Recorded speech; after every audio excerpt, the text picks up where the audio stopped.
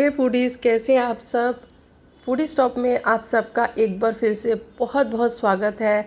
और होली आने वाली है तो आप लोगों की तैयारी शुरू होगी तो मेरी तो पहले ही हो गई है, क्योंकि मेरे को आप लोगों तक रेसिपीज़ जो है पहुंचानी है अच्छी अच्छी सी, ताकि आप लोग होली में खूब इंजॉय कर पाएँ। तो आज मैं आप लोगों के लिए लेकर आई हूँ बहुत ही टेस्टी, बहुत ही यम्मी गुजिया। तो ये गुजिया हमने बनाई है, एक तरह से आप ये समझिए कि ये देसी घी की बनी हुई गुजिया है। तो बहुत ही हेल्दी है। हेल्दी से अब कई लोग बोलेंगे हेल्दी काहे की अगर तल ली तो प्लीज़ ऐसे कमेंट मत करा करिए, क्योंकि हेल्दी का मतलब ये होता है आपने घर में बनाई है, साफ़ सुथरी बनाई है, अच्छी बनाई है, आपको पता है आपने इसमें क्या क्या डाला है। इसको बनाने के लिए मैंने लिया है 1.5 कटोरी मैदा,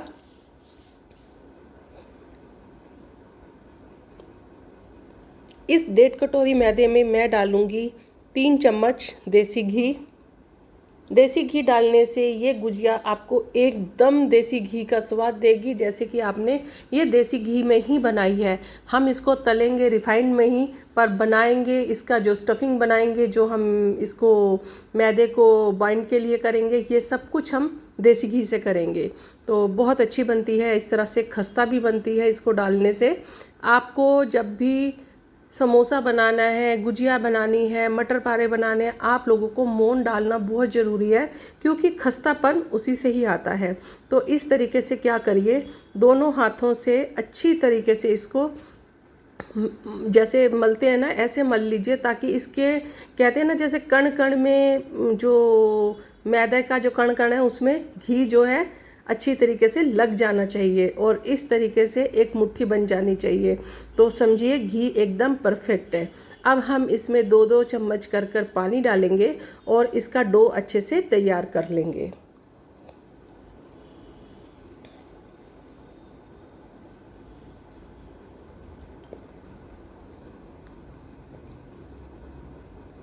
एकदम ज़्यादा पानी नहीं डालना, थोड़ा थोड़ा कर कर आप लोग इसको गूँथिए, नहीं तो एकदम ज़्यादा डालेंगे तो ढीला हो जाएगा, फिर आप लोगों को आटा और डालना पड़ेगा, और घी का मेजरमेंट जो है वो भी ख़राब हो जाएगा। तो इसलिए बहुत आराम से अच्छा सा पूड़ी से थोड़ा सा 3-4% ज़्यादा थोड़ा टाइट रखना है, बहुत ढीला नहीं रखना, पूड़ी से थोड़ा सा ज़्यादा।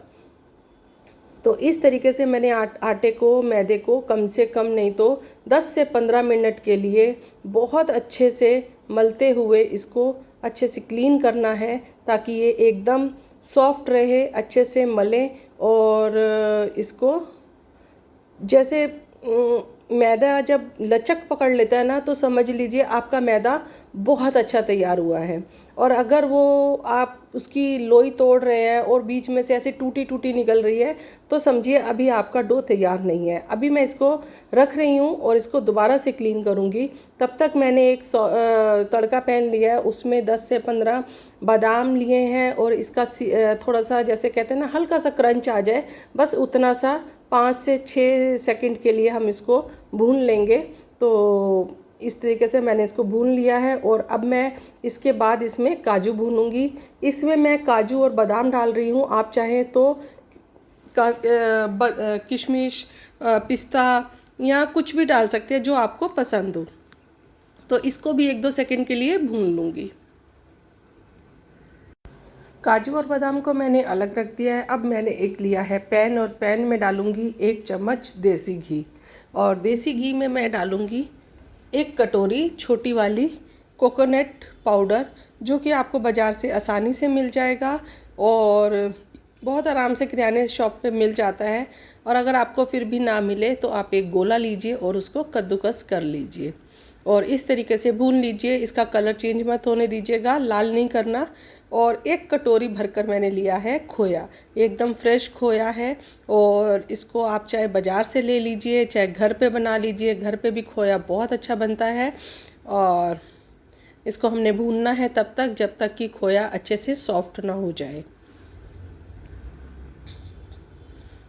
जो मोटी मोटी गुठलियाँ है उसको थोड़ा सा आप इस तरीके से प्रेस करिए, और इसकी गुठलियों को एकदम सॉफ्ट जैसे होने लग जाएंगी, धीरे धीरे आराम से हो जाएगा। तो अभी मैंने जैसे ये दोनों चीज़ें अच्छे से मिक्स हो गई हैं तो मैंने इसमें डाली है छोटी इलायची के दाने, और ये जो हमने रोस्ट करा था काजू और बादाम, ये वो है, इसको मैंने चॉप कर लिया है। अब हम इन दोनों चीज़ों को अच्छे से 1 मिनट के लिए चलती गैस पर भून लेंगे। आप चाहे तो इलायची को थोड़ा सा क्रश करके भी डाल सकते हैं, पर मैंने ऐसे ही डाली हैं। गैस से उतार लिया है, 5 से 7 मिनट ठंडा कर लिया है, क्योंकि अब हम इसमें डालेंगे शुगर पाउडर यानी चीनी का पाउडर। जो चीनी का पाउडर होता है कभी भी आप गरम गरम में मत डालिए, क्योंकि वो पानी छोड़ देता है और आपकी जो स्टफिंग है वो ख़राब हो सकती है। तो इस तरीके से मैंने इसमें चीनी डाल दी है, कम से कम 8 से 10 चम्मच। अगर आप लोग शुगर पेशेंट हैं तो आप इसमें इस चीनी को आधा कर सकते हैं, थोड़ी कम डाल सकते हैं। और इस तरीके से इसको मिलाकर अच्छे से मिक्स कर लीजिए।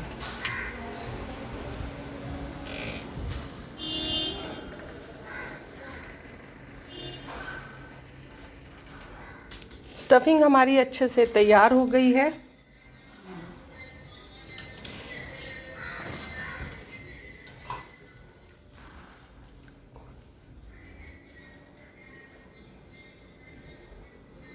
और एक कढ़ाई में मैंने रिफाइंड ऑयल डालकर गरम करना रख दिया है, और जो हमने डो तैयार करा था उसको मैंने कटोरी में निकाला था, तो उसको मैं निकाल लेती हूँ और दोबारा से 2 से 3 मिनट अच्छी तरीके से इसको मलकर क्लीन कर लेती हूँ, ताकि इसमें कोई लाइंस ना रह जाए।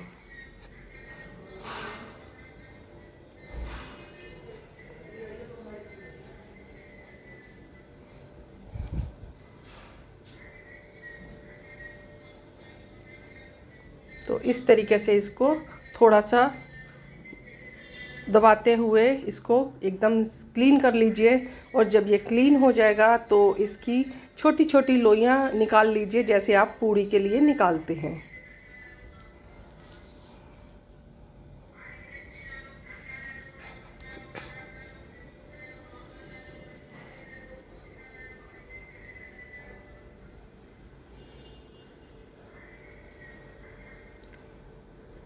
तो इस तरीके से मैंने इसकी छोटी छोटी लोइयाँ निकाल ली हैं, और इसको हम सारी लोइयों को एक ही बार निकाल लेते हैं और अलग रख देते हैं, और उसके बाद हम इसको पूड़ी के आकार में बेल लेंगे।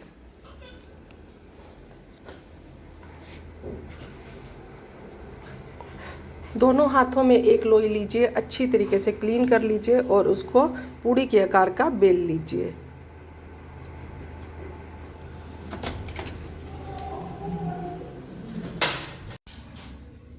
तो इस तरीके से आप इसको बेल लीजिए। कोई बिल्कुल आपने गोल शेप नहीं देनी, क्योंकि हम इसको सांचे में बनाएंगे, और सांचा इस तरीके से आप लोगों को आजकल बहुत आसानी से बाज़ार में मिल जाएगा। होली का टाइम है और गुजिया तो बनती है, तो ये आपको बहुत ईज़िली इस समय मिल सकता है।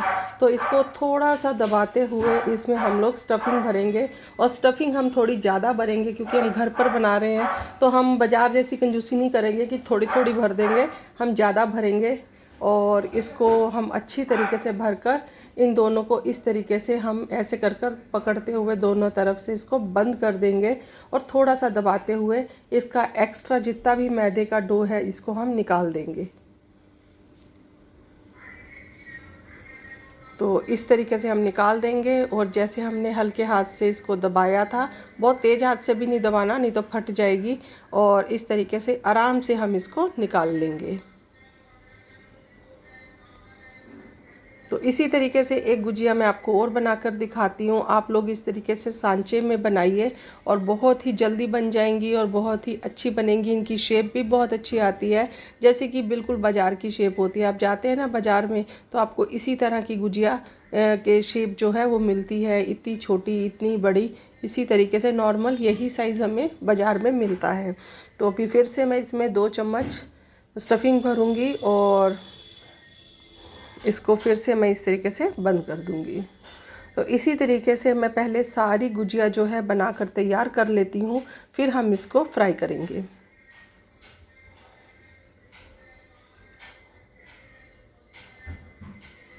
तो ये भी हमारी गुजिया बनकर तैयार है। और मैंने इस तरीके से सारी गुजिया को बना लिया है और ये देखिए कितनी अच्छी लग रही हैं, एक ही शेप, एक ही डिज़ाइन और बहुत ही अच्छी। तो अभी हम क्या करेंगे, तेल को मैंने लो टू मीडियम पर गरम करा है, इसको हाई फ्लेम पर हमने गरम नहीं करना। और अब हम एक एक करके गुजिया इसमें डाल देंगे।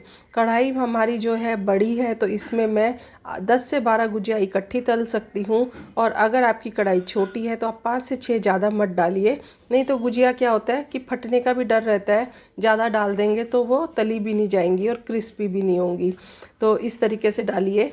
और डालने के बाद तुरंत उसमें कड़छी आपने पलटा नहीं मारना, उसको 2 से 3 मिनट उसको सेट होने दीजिए अंदर ही तेल में, तब आप उसको हिलाइएगा।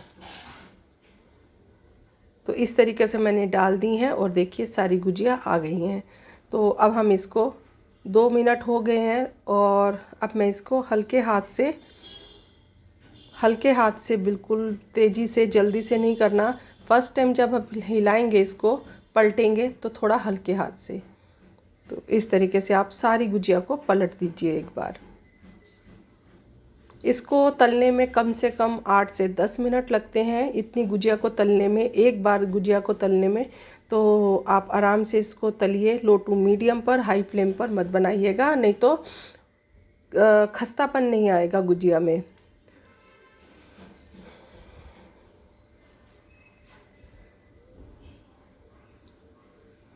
तो इसी तरीके से मैंने सारी गुजिया जो है, ये देखिए धीरे धीरे करते 8 से 10 मिनट, 12 मिनट होने को आ गए हैं और गुजिया हमारी एकदम गोल्डन ब्राउन हो गई है। तो आप भी बनाइएगा, होली में एंजॉय करिएगा। आप सबको होली की शुभकामनाएं।